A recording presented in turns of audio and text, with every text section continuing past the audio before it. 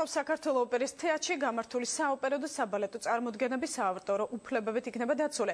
თეატრის მიერ სპექტაკლების რეჟისორების, კომპოზიტორების, ლიბრეტოების ავტორების, კოსტიუმების მხატვრების და სხვა ავტორებს ჰონორარებს გადაუხდიან. თანხა მათ ასოციაციის მეშვეობით გაუნაწილდებათ. დღეს საქართველოს საავტორო უფლებათა ასოციაციას და თბილისის ოპერის და ბალეტის აკადემიურ თეატრს შორის სპეციალური სალიცენზიო შეთანხმება გაფორმდება. ლიცენზიას ხელს მოაწერენ საქართველოს საავტორო უფლებათა ასოციაციის თავმჯდომარე და თბილისის ოპერის და ბალეტის აკადემიური თეატრის მმართველი.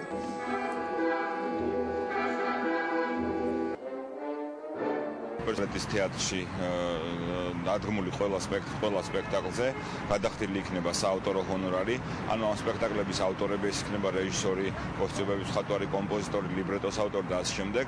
დაწესებული ტარიფების შესაბამისად მიიღებს ასოციაციისგან ჰონორარს, რომელსაც გადაიხდის თეატრი.